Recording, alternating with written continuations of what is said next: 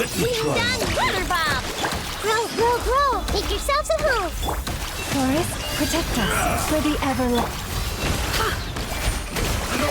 Let's see what you're made of. The deception ends here. It all falls into place. You win this battle. Can't hide the truth. Well, ladies and gentlemen, boys and girls, I couldn't tell you a few weeks ago that I'd be sitting here now getting ready to record a pulling session video, but welcome back to the channel. Welcome to another Genshin Impact pulling session video. Just a couple months ago, I was very adamant about who I was and wasn't pulling for. Prior to Nod-Krai's release, I was like, yeah, guys, I'm definitely going to have to be picking and choosing characters. I have to skip Lauma. I have to save for Flynn's.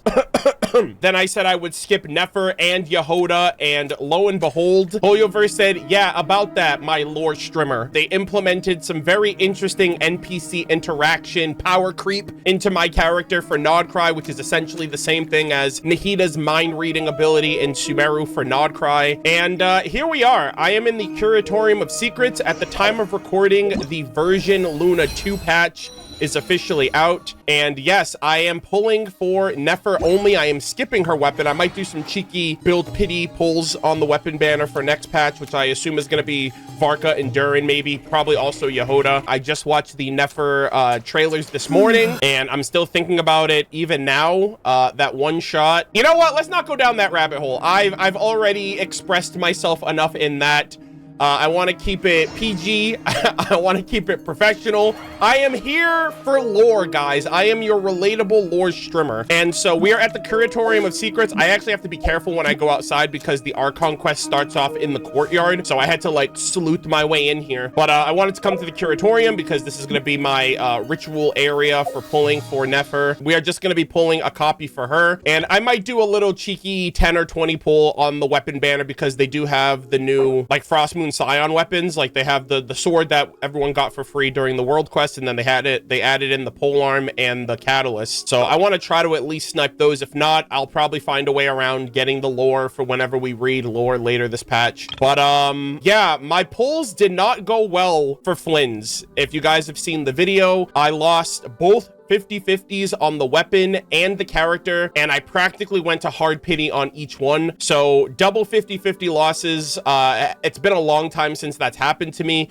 We got like C freaking 9 Dory, we got like C3 Sucrose, and we only got C2 for Ino. And now I just want Nefer because everybody else on this banner, I believe I already have C6. I think my pity's really low. I think I'm at like, I don't know, maybe like 6 pity. Okay, we're at 9 pity for the character banner. So 9 pity for character. I just want to take a quick look at the weapon. Oh, 9 and 9. Okay, 9 for character, 9 for weapon. Okay, these are all of the remaining pulls that I had from last patch. I built up my currency a little bit. I pretty much 100%ed all of the Lunar 1 content. So this is the maximum amount of pulls that I've had since then. And we also have some crystals. And this was from obviously before Luna 1. So I think this was during, I don't even know when I spent last, but obviously I don't have any of the bonuses taken away, so I'm basically saving this top-up bonus for a rainy day when I'm literally exhausted of all of my currency. So right now we're sitting pretty. I think I have about 200 wishes worth, which I mean, I'm guaranteed the character even if I go to hard pity. I obviously don't want to. I want to save as much because I haven't really been spending all that often, and with all the characters that are coming out, I want to be able to save as much and get characters in as little pulls as possible. So with all that said, gamers, I'm going to be pulling for, building, and doing a pseudo showcase for Nefer. I do have to farm out one of the bosses to get her to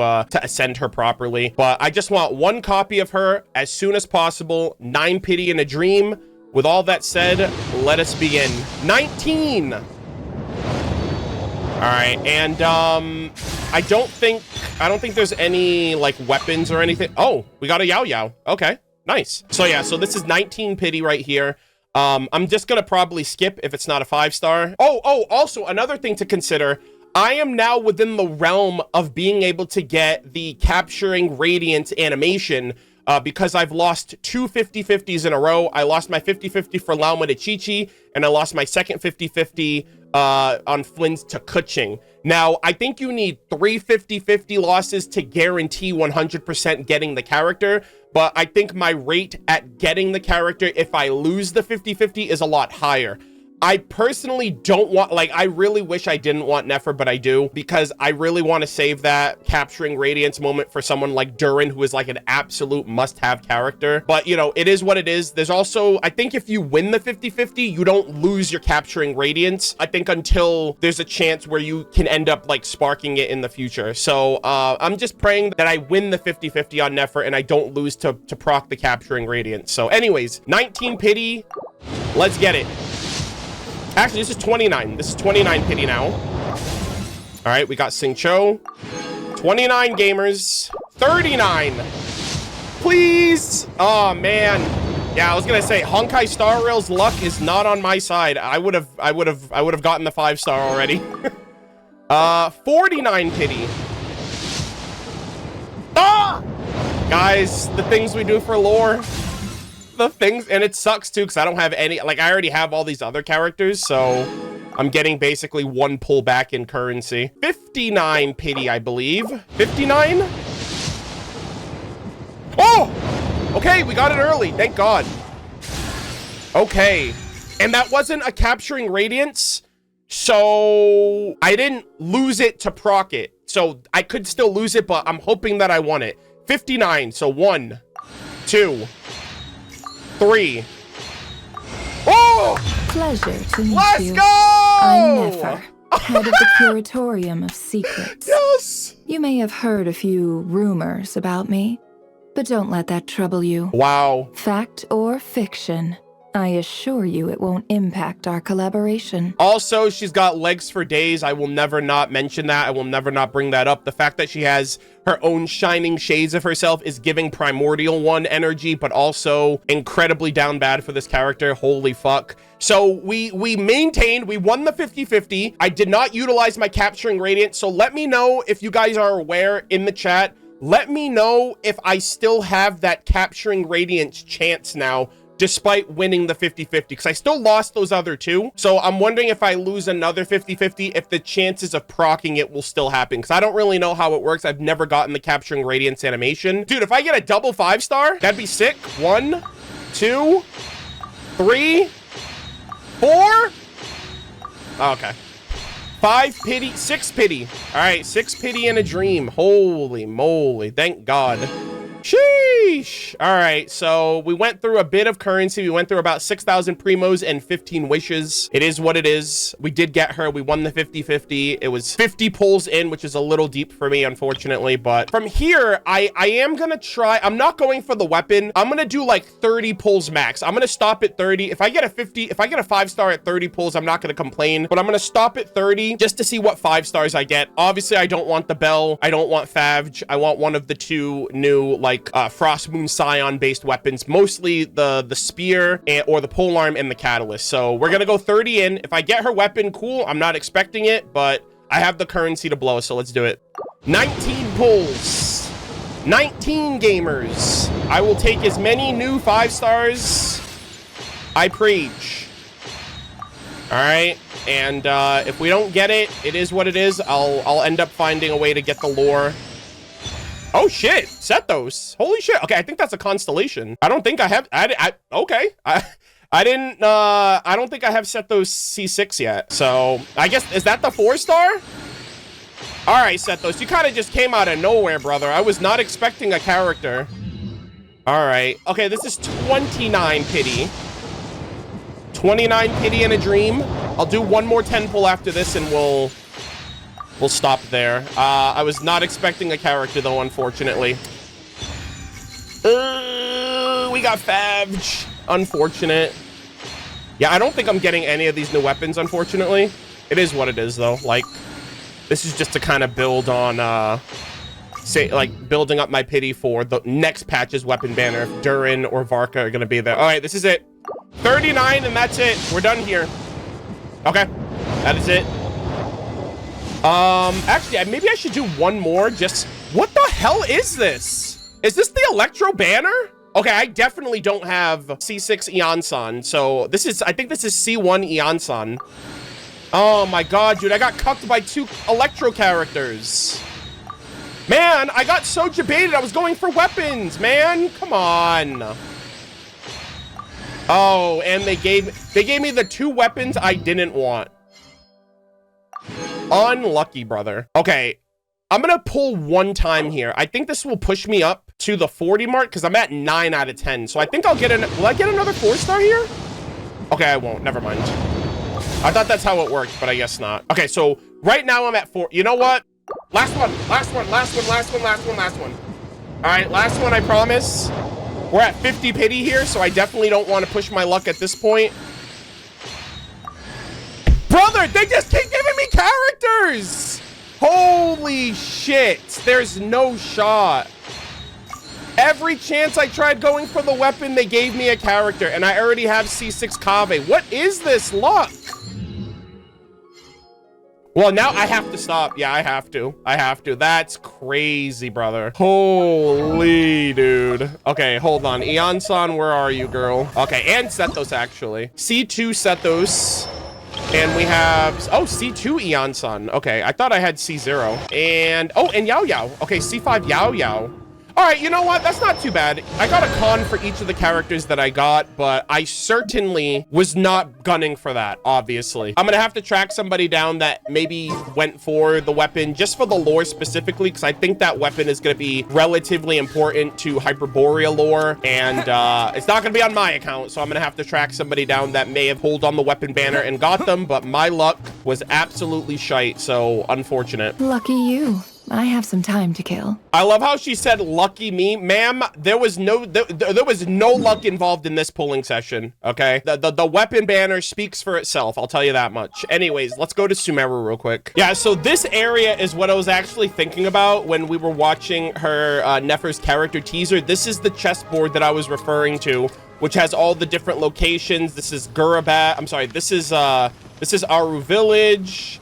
We have, I think this is Kaj-Nasut. There's some other key locations, King Deshret's Mausoleum, Gurabad, and things of that nature. I think that is, I forgot where that is. That's like, I think that's the Hall of Secrets or something like that. And so I feel like this is very, oh shit, did I not get the viewpoint over here? Hold on. Holy shit, guys. This is like 3 years ago.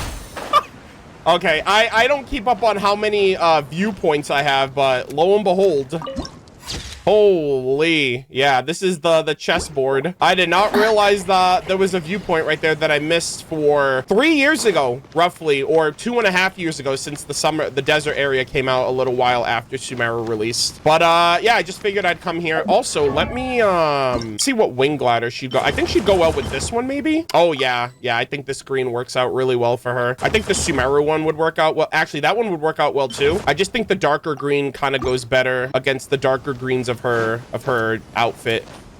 Yeah, I like that. It's got a little bit of both, so not a problem there. Okay, so let us check out her kit. So she's got 1, 2, 3, 4. Ooh, that was kind of clean. Also, her attacks are swift as hell. We got 1, 2, 3, 4. Nice. 1, 2, 3, 4. Yeah, there it is. And then she's got the charge too, right? Oh. Also, oh, she gets a little running animation too there. So if you charge and then run, she kind of gets into like a little sprint mode. I don't know if that's faster than like actually sprinting, but it's something, I guess. All right, and then she has her skill. This is like her shadow stance. Oh, yeah. And then she uses the Verdant Dew to get her shades involved, which is kind of cool. And because I don't have any, okay, so you would have to do reactions in order to get it. And you can tell you're in the stance because the color just kind of doles out a little bit. All right, so those are all of the initial attacks. I do have to build her up a little bit, so this is going to take a little bit of time. So sit tight, and we will get into the showcase momentarily. All right, guys, so I'm just going to go straight for Midnight Masanori over here. But before we start, I did do a little bit of grinding with Anthony. We did challenge the new weekly boss, and I managed to get my Nefer to level 90. friendship level 2 so far, and just showing you guys the build that I have for her and the team I'm going to be running, most likely for this patch. So we have Nahida, Lauma, Nefer, and Aino. My Nefer is level 90. We have, this is the best weapon I could give her right now. I kind of wanted to like switch up my options, but given the team, this is the best that I can do. Nahida is using her signature weapon, which scales on EM.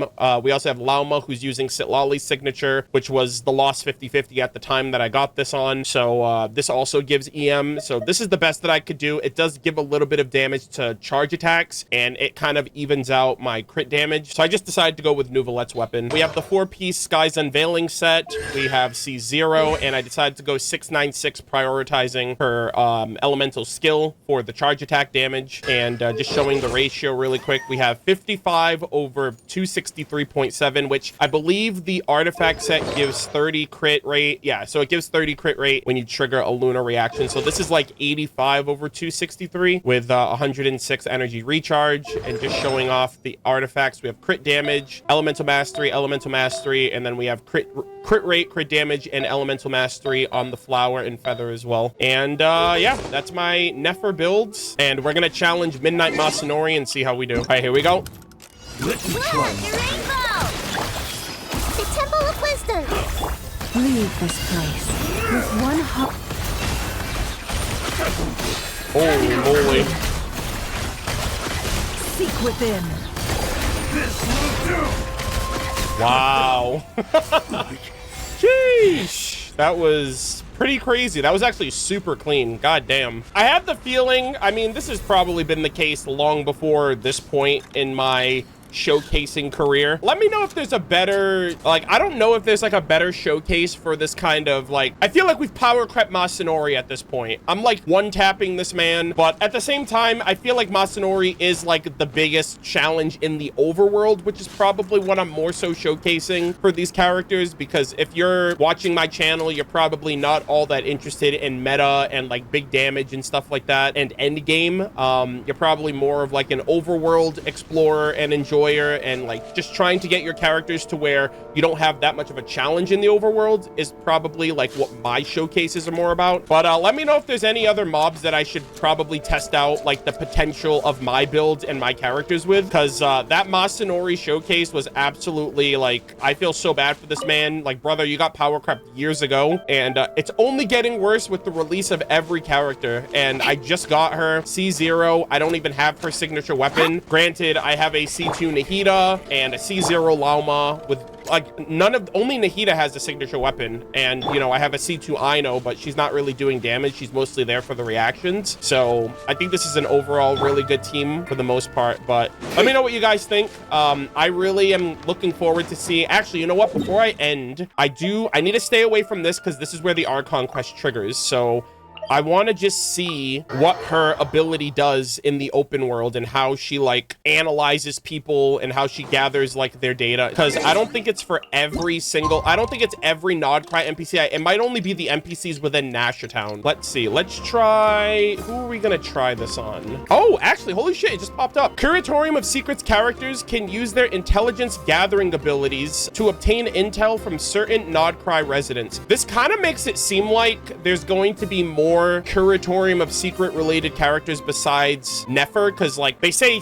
characters, but she's the only character in the faction so far. So maybe there'll be other characters, maybe another 5-star, maybe a 4-star from the Curatorium that will have this analyzing ability. Under certain circumstances, obtaining intel can unlock special dialogue options. You can obtain up to 6 pieces of intel per week. After obtaining intel, okay, so that's the thing that I'm curious about. You can only do it 6 times a week, but I wonder then, like, is it only up to 6 for where you can do this additional thing with Catherine, or am I literally locked out of how many characters I can, you know what, I'll test it out right now and see how it plays out, and then I'll see from there, because I haven't talked to every NPC in Nod-Krai yet, so I still have to figure out how to like coordinate all of this information gathering. So you can obtain up to 6 pieces of intel per week. After obtaining intel, Curatorium of Secrets characters can head to the Adventurers Guild to trade it with Catherine for classified information. Classified info can be used to unlock new intel quests, which can, in turn, be completed to earn rewards and unlock new quests related to the Curatorium of Secrets characters. Okay, interesting. So I think any characters who have like the little icons above their head, so I think that's why it triggered for this guy